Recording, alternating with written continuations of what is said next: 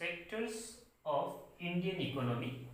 This is class 10 economics chapter 2. Okay, sectors of Indian economy, and this is also the important chapter because when we compare economics with history, geography and civics, this is the most marks consuming subject because from geography also 20 marks question is set, from history also 20 marks, civics also 20 marks, and economics also 20 marks. But in economics we have to study less number of chapters, okay, and map related question also will not be asked or framed from the economics. So this is the most marks consuming subject, okay, or the marks scoring subject. Now sectors of Indian economy. Sectors of Indian economy. Sector means here the branches or the groups, okay. That means now sectors of Indian economy, it can be divided into many groups or the branches. That means the sector. That means Indian economy, it has been classified or it has been grouped into many groups, okay, on different basis. On the basis of economic activities, first of all, on the basis of economic activities, on the basis of ownership, and on the basis of employment condition.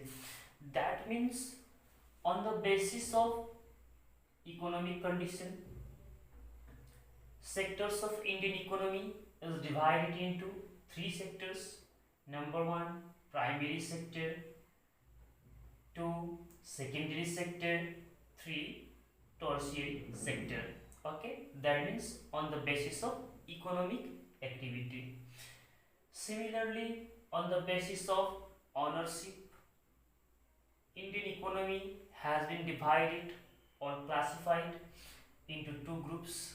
Number one, public sector; number two, private sector.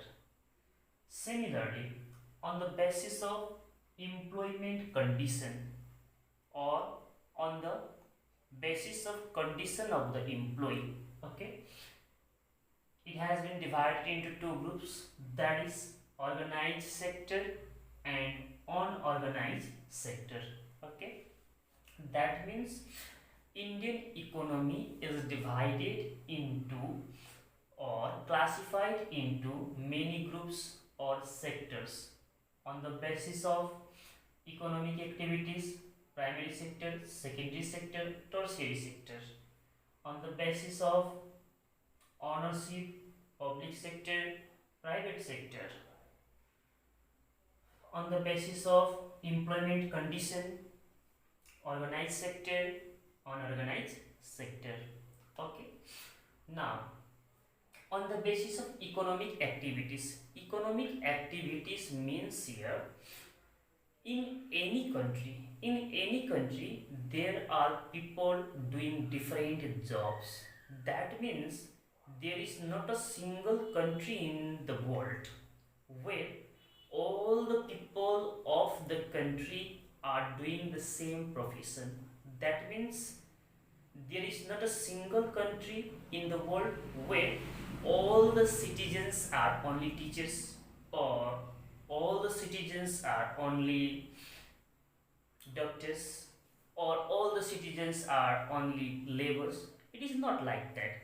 In any country there are people doing different jobs. There might be teachers, there might be doctors, there might be engineers, there might be drivers, there might be casual workers, etc., etc., etc. That means in any country people doing job, okay, or the list of the job, it is very lengthy. List of the job is very lengthy, okay. Now all the jobs doing by the people, all the jobs doing by the people can be divided into three groups. Okay, all the jobs or all the activities. Okay, all the jobs or all the economic activities doing by the people of a country can be divided into three groups. Okay, primary sector, secondary sector, and the tertiary sector. Okay, now what is primary sector? What is primary sector? Primary sector is the sector. Primary sector is the sector where production of goods takes place. Secondary sector also production of goods takes place, but tertiary sector it provides services. But in tertiary sector production of goods doesn't take place, but tertiary sector provides services. Once again, primary sector produces goods, secondary sector also produces goods, and tertiary sector doesn't produce goods but it provides services. Okay, now what type of goods or the products are produced in the primary sector? Okay, in the primary sector generally we extract products from the nature. We extract product from the nature directly. Okay, or we get the products by exploiting the natural resources. In the primary sector we extract products. In the primary sector we extract products directly from the nature. Okay, or in the primary sector we also can say this way also, in the primary sector we produce the goods exploiting or utilizing the natural resources. That means utilizing the natural resources we produce the products in the primary sector. But in the secondary sector, what is the secondary sector? Secondary sector we produce the products. In the secondary sector we produce the products by processing the primary products. Okay, that means in primary sector just listen carefully. Okay, in primary sector we produce goods or the products by exploiting or utilizing the natural resources, and in the secondary sector we process the primary products and we change the form. Okay, we change its form. Okay, that means in the secondary sector what happens, we process the primary products and after processing we change its form. Okay, now this is the secondary sector. Okay, now let us understand by example. Okay, by example, primary sector, for example, a farmer grows wheat in the agricultural field. A farmer grows wheat in the agricultural field. Okay, that means that is the primary sector. Okay, that is the primary sector. Now in the secondary sector what happens, that wheat or the primary product is processed again and it is changed into, might be biscuit, bread and other products. That is the secondary products. Okay, similarly a farmer might be growing cotton in the agricultural field. Okay, that is the primary sector. Now that cotton plant or that cotton is processed again and it is changed into cloth, cotton cloth. Okay, that is the secondary sector. Okay, that means secondary sector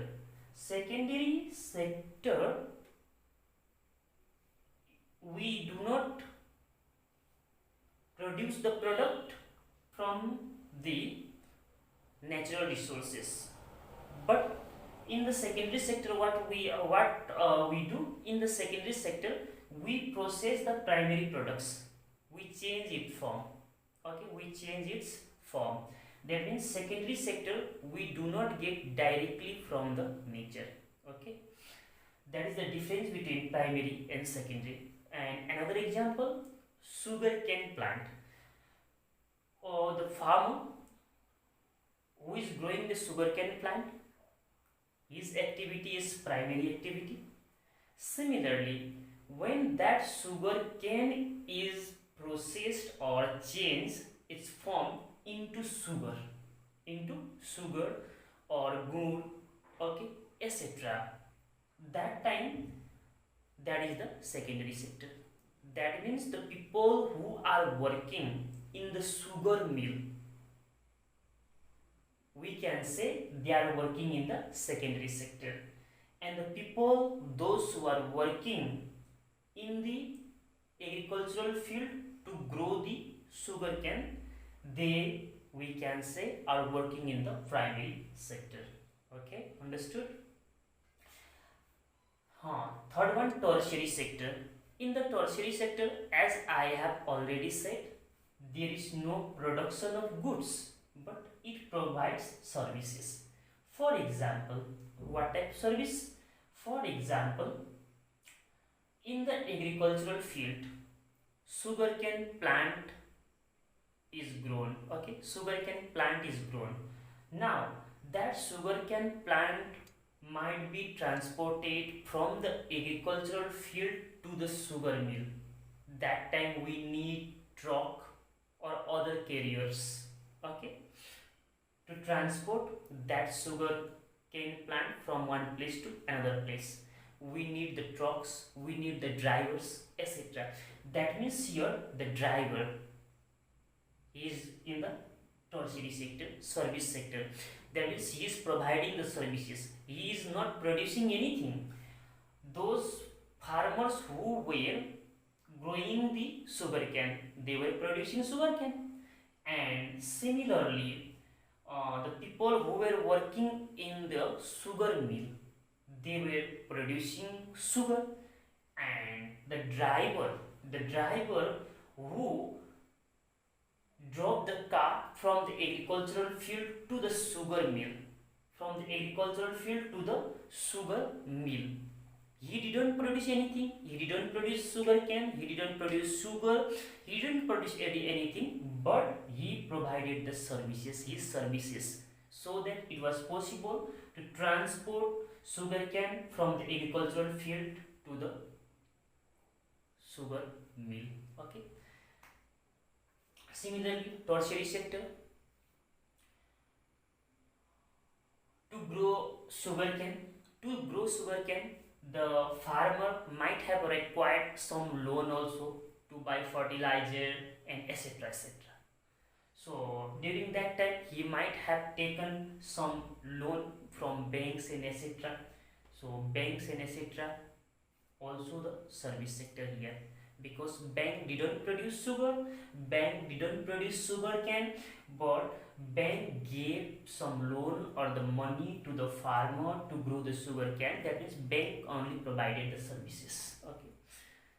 Similarly, here also sugar, in the sugar mill, the owner of the sugar mill, he might have to call the farmer, telling the farmers that I need sugar cane. Okay, so he might have called to the farmers, and that time he might have used his mobile phone. It might be Airtel, Vodafone, whatever it might be. That means that mobile services is also the service sector.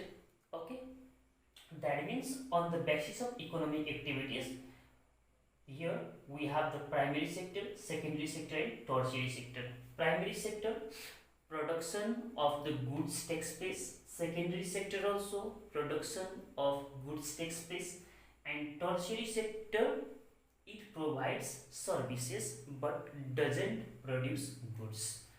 Primary sector, example, farmers, okay, or the people who are working in the agricultural field, they are in the primary sector. Similarly, fishing or the fishermen, we can say, they are in the primary sector. People, those who are working in the mining field, they are also in the primary sector. And secondary sector means very simple. In the secondary sector, what happens? Primary products are processed into another form. For example, from cotton or the cotton plant to cloth. That means people who are working in the cloth mill, textile mill, whatever you say, that is the secondary sector. Similarly, sugar cane is a primary product. Okay, from sugar cane, in the sugar mill we get sugar. That means sugar cane is processed to sugar in the sugar mill. So people working in the sugar mill, they are also, we can say, working in the secondary sector. And the tertiary sector, the drivers, the banks, the insurance, the mobile phone and the etc., they are service sector, tertiary sector. Similarly, doctor, engineer, teachers, etc., they are also, we can say, they are in the tertiary sector. Okay, now primary sector is also called agriculture and related sector. Primary sector is also called agriculture and related sector. Why? Because in the primary sector, most of the goods which are produced in the primary sector, that is the agricultural goods only. So after agriculture, fishing is also primary sector, dairy farming is also primary sector, and similarly mining is also primary sector. But in the primary sector, most of the products in the primary sector that we get from the agricultural field and other from fishing, dairy farming and etc. That's why primary sector is also called agriculture and related sector. Okay, related means here fishing, dairy farming, etc. Okay, and similarly secondary sector is also called industrial sector. Why secondary sector is called industrial sector? Industrial sector means production of goods with the help of machinery, and there is heavy production also. That is the industrial sector. Okay, and when we talk about secondary sector, mostly we use the machinery and there is large scale production also. Okay, so secondary sector is also called industrial sector, and the third tertiary sector is also called service sector because it provides services. Okay, now on the basis of ownership, ownership means who is the owner. Okay, on the basis of ownership, there are public sector and private sector.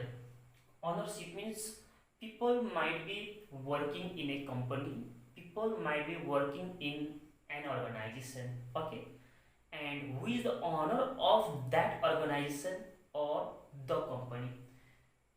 Okay, if the owner of the company or the organization is the government itself, then that is called the public sector. That means the people where they are working, it might be an organization, it might be a company, it might be a industry, whatever. If the industry or the company or the organization, whatever it might be, if it is run by government or if the owner is the government itself, then that sector is the public sector.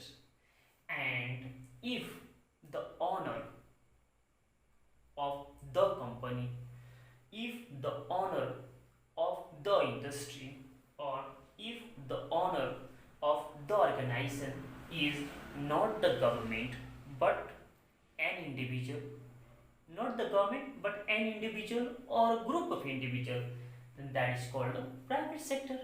Very simple. If the owner of the company, owner of the industry, owner of the organization is the government, then this is called the public sector. And we say the people working over there are, we can say they are working in a public sector. And if the people are working and the owner of that organization or the company is not the government, then that is called a private sector. That means very simple. Suppose a teacher, okay, a government teacher. The government teacher, in whichever school he might be teaching, a government teacher, if he is teaching in a government school, whichever government school he is teaching, then the owner of the school, that is the government itself. So we can say that government teacher is working in a public sector, okay. And similarly, when we talk about a teacher who is not teaching in a government school, who is not teaching in a government school, but who is teaching in a private school, in that case we can say he is working in a private sector, okay. Similarly, those who are working as a government employee, those who are working as a government employee, we can say they are working in public sector. And similarly, those who are working not under the government but in some private company and etc., that in that case we can say they are working in private sector, okay. Now, employment condition. Employment on the basis of employment condition. Employment condition means here what is the condition of the employee or the workers. If the condition of the workers are good, they are getting good wages, that is they are getting good salary, they are getting provident fund, they are getting ESI, that means the health facility, they are getting paid leave, okay, whether they have job security or not. That means on the basis of employment condition or the condition of the employee, okay, if the condition of the employee is very good, they are getting good salary, okay, where they are working, the company is providing them good salary, company is providing them PF, company is providing them ESI, company is providing them job security and other facilities, and the company is already registered, then in that case we say the people are working in organized sector, in organized sector, okay. And unorganized sector, if the people those who are working, there is no job security, okay, and there is no paid leave, that means if they go to the work they are paid, if they don't go they don't get paid, okay. And similarly, if there is no PF, no ESI facility in the etc., and the company is also not registered, in that case the people working over there, we can say they are working in unorganized sector. Very simple example from the teachers only. The government teachers, generally the government teachers, they are getting good salary, they are getting PF, they are getting paid leave, they are getting ESI, they have the job security, so directly we can say they are working in organized sector.